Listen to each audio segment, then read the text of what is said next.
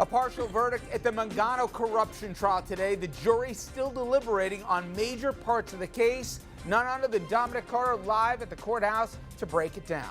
Then, President Trump, he has canceled the summit meeting with North Korea, but he's not closing the door on rescheduling. We're going to show you how it went down and the reaction from D.C. Also, we will check in on the political conventions in New York this week. A lot of names here for the Democrats, Republicans, not many household ones. We're going to show you the news that came out of both. Evening, everybody, and welcome to RFL. I'm Richard French. Thank you for joining us this Thursday night. Let's start out on Long Island. That's where the jury at the Mangano corruption trial was just sent home for the day, deadlocked on former Nassau County Exec Ed Mangano and his wife, Linda. But they did reach a verdict on the third defendant and former Oyster Bay Town Supervisor John Venditto. He was acquitted on all charges. Dominic Carter live at the federal courthouse in Central Islip with the very latest. Dom? And good evening to you, Richard. Mr. Venditto faced more than 20 counts, and he was found not guilty, Richard, on each and every one. Acquitted of the federal charges, former Oyster Bay Town Supervisor John Venditto walked out a free man. You were cleared on every single count. Yeah, that's right. I said to you, and I know Dominic, I know you've heard me say it, some of the other folks might have too, from the very first day that I stepped in law school, I believed in this system. And after what I saw happen in court today, I can double down on that. The standing jury foreman went down a list of numerous counts with a litany of not guilty on each one. Federal Judge Joan Azraq said, quote, "Mr. Venditto, you are excused. Good luck." Venditto replied, "Thank you." Venditto still faces state charges, but was calm throughout the verdict reading. His wife, Christine, cried. One of their sons, Michael, a former state senator, prayed out loud. Venditto says this case has opened his eyes to the criminal justice system, accusing the government of overreaching. When I see the power that the government has over a defendant, it made me wonder about how many people, how many men and women are in jail today because maybe they couldn't get a lawyer to represent them of the caliber that I got. And there was more. Where do I go after what's been done to my reputation, what's been done to my family's reputation? Venditto was accused of being part of an alleged scheme where under his watch, restaurant owner Harindra Singh received $20 million in loans actually guaranteed by the town of Oyster Bay. The jury remains deadlocked on Ed Mangano and his wife, Linda. Ed Mangano was accused of taking bribes and kickbacks from Singh and an alleged $100,000 a year no-show job for his wife. Mr. Mangano, how you feeling today? Like I said, we're reserving our comment until the conclusion, but thanks for asking. Mrs. Mangano, how about you after Mr. Venditto's acquittal? I'm sorry, I can't say anything. So, Richard, we will do this all over again tomorrow. Many observers, Richard, are wondering if this jury cannot resolve this, we may be past Memorial Day, which is on Monday. So this will prove to be very interesting. Reporting live from the federal courthouse in Central Islip, I'm Dominic Carter. Richard, let's go back to you in the studio. Well, first, Dom, your take. Were you surprised you heard the charges against Venditto? You heard the case the prosecution laid out. Were you surprised here not guilty on all counts? Absolutely, Richard, and I'm really glad you asked that because the conventional wisdom is that Linda Mangano faces the least charges: obstruction of justice, lying to the FBI. It was my strong belief that this jury had come back with not guilty on Linda Mangano and could not reach a verdict on Venditto and also Ed Mangano. But this is why juries are so unpredictable. Turns out, Richard, they are deadlocked on the Manganos, and they are struggling mightily hard with it, Richard. A note came late this afternoon where they asked for more testimony from Harindra Singh.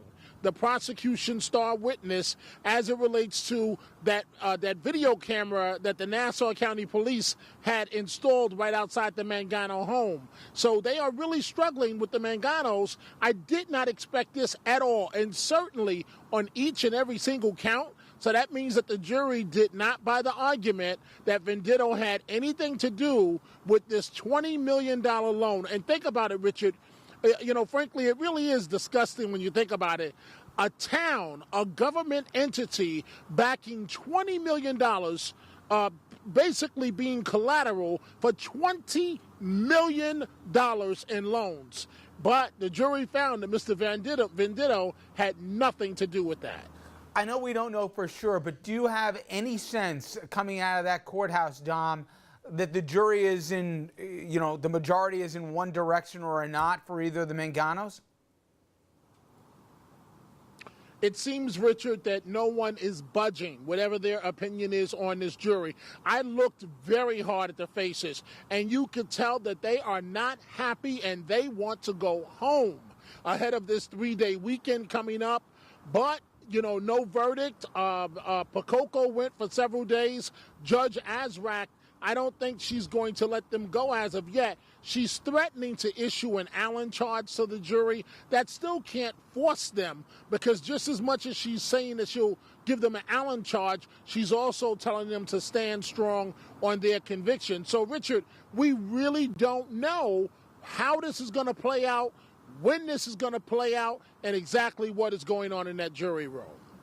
Never dull, Dominic. Thank you as always. I know we got one day. I got a feeling on a Friday, if there's a verdict, we're going to hear it tomorrow. Nobody wants to come back on Tuesday. Indeed. All right, let's bring in our panel right now. Richard Brodsky, he's a former Democratic New York State Assemblyman from Westchester, also professor at NYU now. Conservative strategist Bill O'Reilly and Andrew Whitman, our senior political correspondent. Richard, for anybody who doesn't know what an Allen charge is, give a quick primer. Get your stuff together. It's a judge yelling at the jury to compromise. Not so much that if people have a deeply set belief about the correct verdict, they should change it, but they're asked to re-examine from the get-go all the charges, all the evidence, and try to reach a verdict. I would suspect that what this tells us, the Venditto acquittal, is that the Manganos are being looked at for the low-show job more so than these interlocking loans.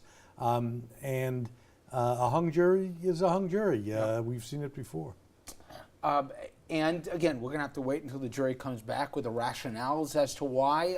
But Bill, this elusive definition of what is corruption, and maybe it'll be different in this case. Every jury is different, every finding different, I suppose. But, here we are, and every time you think you can read it one way or another, at least where the public sentiment's going, you get a curveball. You get a curveball with Menendez. Then we saw what happened to Percoco. We saw what happened to Silver. There'll be the Skelos retrial in less than 3 weeks' time, and then at Buffalo Billions after that.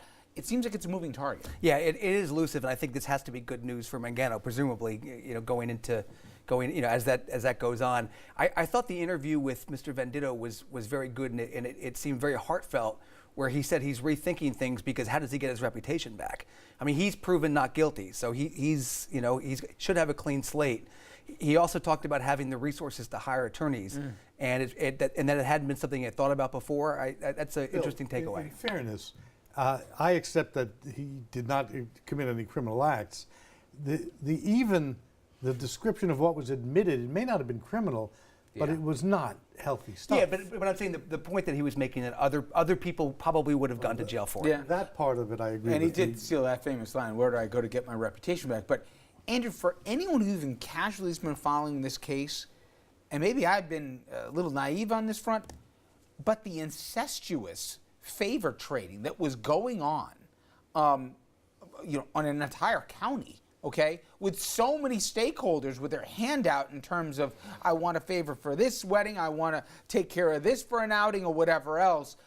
That's as much of a headline here as yet another corruption trial. And not just limited to the county, too, because Singh had tentacles that went into the city and in other locations, too. And it's, even beyond an actual indictment or an actual conviction here in this case. It's certainly an indictment of the system, and it seems almost like it spread like wildfire in the county. Like somebody got an idea that this guy was ready to do business, and everybody jumped into the pool. Everybody was walking in with their hand out looking for their favorite too. And the $20 million loan here, I think Dominic's said it right.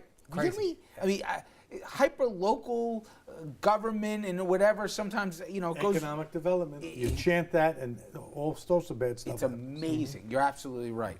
Okay, and obviously we're going to continue to follow this. Tomorrow would be a good bet if you're going to bet when you get a verdict on a Friday before a 3-day weekend.